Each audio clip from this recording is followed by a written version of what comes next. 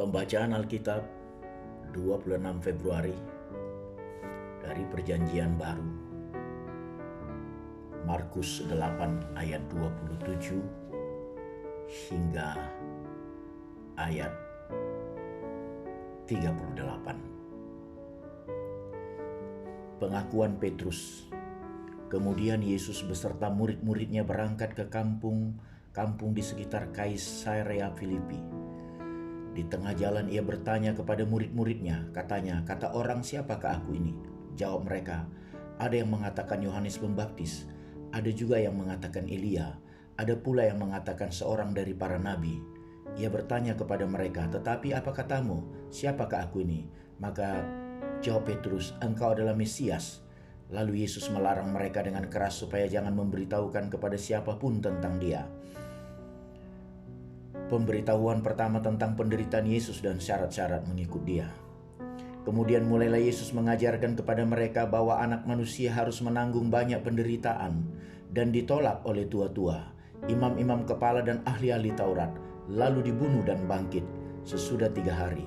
Hal ini dikatakannya dengan terus terang, tetapi Petrus menarik Yesus ke samping dan menegur dia. Maka berpalinglah Yesus dan sambil memandang murid-muridnya, ia memarahi Petrus. Katanya, "Enyalah iblis, sebab engkau bukan memikirkan apa yang dipikirkan Allah, melainkan apa yang dipikirkan manusia."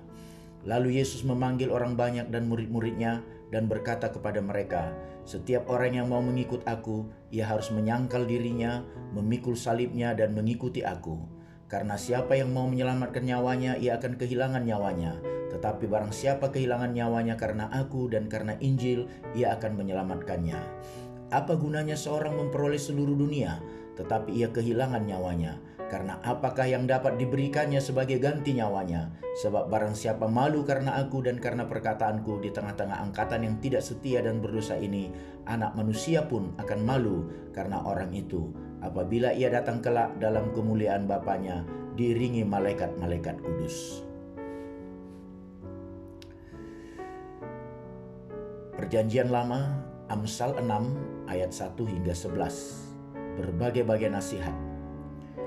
"Hai anakku, jikalau engkau menjadi penanggung sesamamu dan membuat persetujuan dengan orang lain, jikalau engkau terjerat dalam perkataan mulutmu, tertangkap dalam perkataan mulutmu, buatlah begini, hai anakku, dan lepaskanlah dirimu, karena engkau telah jatuh ke dalam genggaman sesamamu. Pergilah, berlututlah, dan desaklah sesamamu itu. Janganlah membiarkan matamu tidur dan kelopak matamu mengantuk. Lepaskanlah dirimu seperti kijang daripada tangkapan, seperti burung daripada tangan pemikat. Hai pemalas, pergilah kepada semut, perhatikanlah lakunya dan jadilah bijak. Biarpun tidak ada pemimpinnya, pengaturnya, atau penguasanya. Ia menyediakan rotinya di musim panas dan mengumpulkan makanannya pada waktu panen. Hai pemalas, berapa lama lagi engkau berbaring? Bilakah engkau akan bangun dari tidurmu? Tidur sebentar lagi, mengantuk sebentar lagi, melipat tangan sebentar lagi untuk tinggal berbaring. Maka datanglah kemiskinan kepadamu seperti seorang penyerbu, dan kekurangan seperti orang yang bersenjata."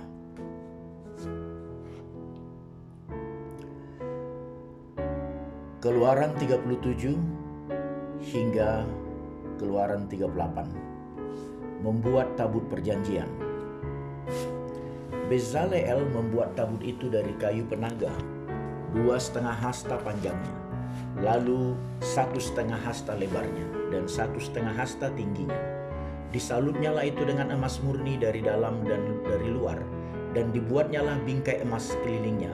Dituangnyalah 4 gelang emas untuk tabut itu pada keempat penjurunya, yaitu 2 gelang pada rusuknya yang satu dan 2 gelang pada rusuknya yang kedua. Dibuatnyalah kayu pengusung dari kayu penaga, dan disalutnyalah itu dengan emas, dan dimasukannyalah kayu pengusung itu ke dalam gelang yang pada rusuk tabut itu, supaya tabut dapat diangkut. Dibuatnyalah tutup pendamaian dari emas murni, 2,5 hasta panjangnya dan 1,5 hasta lebarnya. Dibuatnyalah 2 kerup dari emas tempaan dibuatnya itu pada kedua ujung tutup pendamaian itu. 1 kerup pada ujung sebelah sini dan 1 kerup pada ujung sebelah sana. Seiras dengan tutup pendamaian itu, dibuatnya kerup itu pada kedua ujungnya. Kerup-kerup itu mengembangkan kedua sayapnya ke atas, sayap-sayapnya menudungi tutup pendamaian itu, dan mukanya menghadap kepada masing-masing. Kepada tutup pendamaian itulah menghadap muka kerup-kerup itu. Membuat meja roti sajian. Dibuatnyalah meja itu dari kayu penaga, 2 hasta panjangnya, 1 hasta lebarnya, dan 1,5 hasta tingginya. Disalutnyalah itu dengan emas murni, dan dibuatnya bingkai emas sekelilingnya. Dibuatnyalah sekelilingnya jalur pinggir yang setapak tangan lebarnya, dan dibuatnya bingkai emas sekeliling jalur di pinggirnya itu. Dituangnyalah untuk meja itu 4 gelang emas, dan dipasangnyalah gelang-gelang itu di 4 penjurunya pada keempat kakinya. Dekat ke jalur pinggirnya lah gelang itu, yaitu tempat memasukkan kayu pengusung supaya meja itu dapat diangkut. Dibuatnyalah kayu pengusung itu dari kayu penaga, dan disalutnya dengan emas, yaitu supaya meja itu dapat diangkut. Dan dibuatnyalah perkakas yang di atas meja itu, yakni pinggangnya, cawannya, piala dan kendilnya yang dipakai untuk persembahan curahan, semuanya dari emas murni. Dibuatnyalah kandil itu dari emas murni, dari emas tempaan dibuatnya kandil itu, baik kakinya, baik batangnya, kelopaknya, dengan tombolnya dan kembangnya, dibuat seiras dengan kandil itu. Ada 6 cabang timbul dari sisinya, 3 cabang kandil itu dari sisi yang satu, dan 3 cabang dari sisi yang lain. 3 kelopak yang berupa bunga badam pada cabang yang satu dengan tombol dan kembangnya, dan 3 kelopak yang serupa pada cabang yang lain dengan tombol dan kembangnya. Demikian juga dibuat ke-6 cabang yang timbul dari kandil itu. Pada kandil itu sendiri ada 4 kelopak berupa bunga badam dengan tombolnya dan kembangnya. Juga ada 1 tombol di bawah sepasang cabang yang pertama yang timbul dari kandil itu, dan 1 tombol di bawah yang kedua, dan 1 tombol di bawah yang ketiga. Demikianlah juga dibuat ke-6 cabang yang timbul dari situ. Tombol dan cabang itu timbul dari kandil itu, dan semuanya itu dibuat dari sepotong emas tempaan yang murni. Dibuatnyalah pada kandil itu 7 lampu dengan sepitnya, dan penadahnya dari emas murni. Dari 1 talenta emas murni dibuatnyalah kandil itu dengan segala perkakasnya. Membuat mesbah pembakaran ukupan. Dibuatnyalah mesbah pembakaran ukupan itu dari kayu penaga, 1 hasta panjangnya dan 1 hasta lebarnya, 4 persegi tetapi 2 hasta tingginya. Tanduk-tanduknya seiras dengan mesbah itu. Disalutnyalah itu dengan emas murni, bidang atasnya dan bidang-bidang sisinya, sekelilingnya serta tanduk-tanduknya. Dibuatnyalah bingkai emas sekelilingnya. Dibuatnyalah 2 gelang emas untuk mesbah itu di bawah bingkainya, pada kedua rusuknya, pada kedua bidang sisinya, sebagai tempat memasukkan kayu pengusung, supaya dengan itu mesbah dapat diangkut. Dan dibuatnyalah kayu pengusung itu dari kayu penaga, dan disalutnya dengan emas. Dan dibuatnyalah minyak urapan yang kudus itu dan ukupan murni dari wangi-wangian, seperti buatan seorang tukang campur rempah-rempah. Membuat mesbah korban bakaran. Keluaran 38. Dibuatnyalah mesbah korban bakaran itu dari kayu penaga, 5 hasta panjangnya dan 5 hasta lebarnya, 4 persegi tetapi 3 hasta tingginya. Dibuatnyalah tanduk-tanduknya pada keempat sudutnya. Tanduk-tanduknya itu dibuat seiras dengan mesbah itu, dan salutnya dengan tembaga. Dibuatnyalah segala perkakas mesbah itu, yakni kuali-kuali, sodok-sodok, bokor-bokor, penyiraman, garpu-garpu, dan perbaraan-perbaraan. Semua perkakasnya itu dibuatnya dari tembaga. Dibuatnyalah untuk mesbah itu kisi-kisi, yakni jala-jala tembaga di bawah jalur, mulai dari sebelah bawah sampai setengah tingginya. Dituangnyalah 4 gelang pada keempat ujung kisi-kisi tembaga itu, yakni tempat memasukkan kayu pengusung. Dibuatnyalah kayu-kayu pengusung itu dari kayu penaga, dan disalutnya dengan tembaga. Dan dimasukkannya kayu-kayu pengusung itu ke dalam gelang-gelang yang pada rusuk mesbah itu, supaya dengan itu mesbah dapat diangkut. Mesbah itu dibuatnya berongga dan dari papan. Membuat bejana pembasuhan. Dibuatnyalah bejana pembasuhan dan juga alasnya dari tembaga, dari cermin-cermin para pelayan perempuan yang melayani di depan pintu kemah pertemuan. Membuat pelataran. Dibuatnyalah pelataran itu pada sebelah selatan. Layar pelataran itu dari lenan halus yang dipintal benangnya, 100 hasta panjangnya. Ke-23 tiang layar itu dengan ke-20 alas tiang itu dari tembaga. tetapi kaitan-kaitan tiang itu dan penyambung-penyambungnya dari perak. Pada sebelah utara 100 hasta, ke-20 tiang layar itu dengan ke-20 alas tiang itu dari tembaga. Tetapi kaitan-kaitan tiang itu dan penyambung-penyambungnya dari perak. Pada sebelah barat, layar 50 hasta dengan 10 tiangnya dan 10 alas tiang itu, dan kaitan-kaitan tiang itu serta penyambung-penyambungnya dari perak. Dan pada sebelah timur 50 hasta, yakni layar 15 hasta untuk sisi yang satu di samping pintu gerbang itu, dan dengan 3 tiangnya dan 3 alas tiang itu, dan juga untuk sisi yang kedua di samping pintu gerbang itu. Sebelah menyebelah pintu gerbang pelataran itu ada layar 15 hasta dengan 3 tiangnya dan 3 alas tiang itu. Segala layar yang mengelilingi pelataran adalah dari lenan halus yang dipintal benangnya. Alas-alas untuk tiang-tiang itu adalah dari tembaga, tetapi kaitan-kaitan tiang itu dan penyambung-penyambungnya dari perak, juga salut kepalanya dari perak. Dihubungkanlah dengan penyambung-penyambung dari perak segala tiang-tiang pelataran itu. Tirai pintu gerbang pelataran itu tenunan yang berwarna-warna dari kain ungu tua, kain ungu muda, kain kirmizi, dan dari lenan halus yang dipintal benangnya. 20 hasta panjangnya, tetapi tingginya yang juga lebar kain itu adalah 5 hasta, sama dengan tinggi layar pelataran itu. Keempat tiangnya dan keempat alas tiang itu dari tembaga, tetapi kaitan-kaitannya dari perak, dan juga salut kepalanya, serta penyambung-penyambungnya dari perak. Segala patok untuk kemah suci dan untuk pelataran itu sekelilingnya adalah dari tembaga. Biaya untuk mendirikan kemah suci.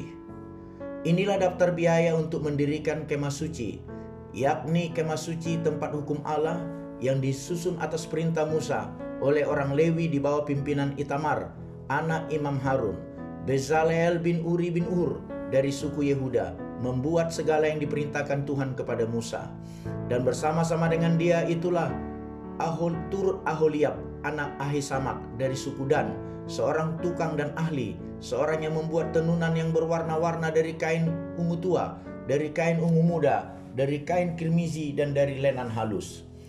Segala emas yang dipakai untuk segala pekerjaan mendirikan tempat kudus itu, yakni emas dari persembahan unjukan, ada 29 talenta dan 730 sikal, ditimbang menurut sikal kudus. Perak persembahan mereka yang didaftarkan dari antara jemaah itu ada 100 talenta dan 1775 sikal, ditimbang menurut sikal kudus.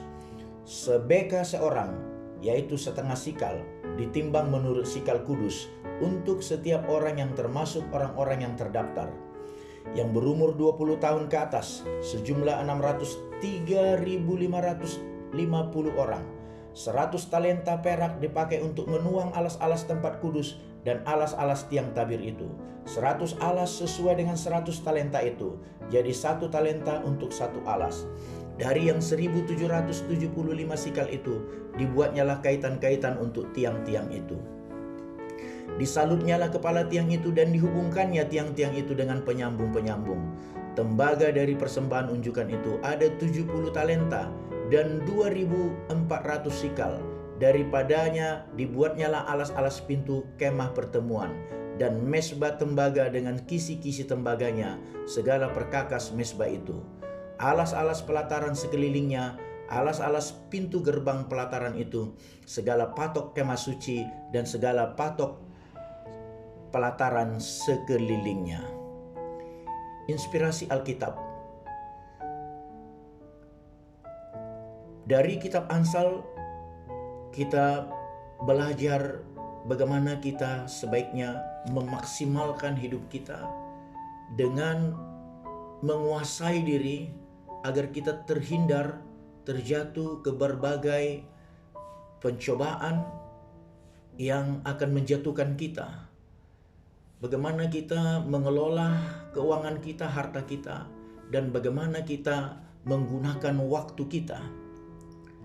Dan dalam pembacaan Markus, kita membaca bagaimana mengikut Yesus. Karena Yesus adalah Allah sebagai pencipta kita. Oleh karena itu, sebagai umat tebusan, sebagai orang percaya, sebagai orang beriman, kita harus menyerahkan diri kita sepenuhnya kepada Tuhan. Dari pembacaan kitab Keluaran, kita masih membaca bagaimana mempersiapkan kemah pertemuan, yaitu pertemuan dengan Allah. Berbagai syarat dan ketentuan-ketentuan yang begitu panjang lebar, banyak persyaratan-persyaratan yang harus dipenuhi.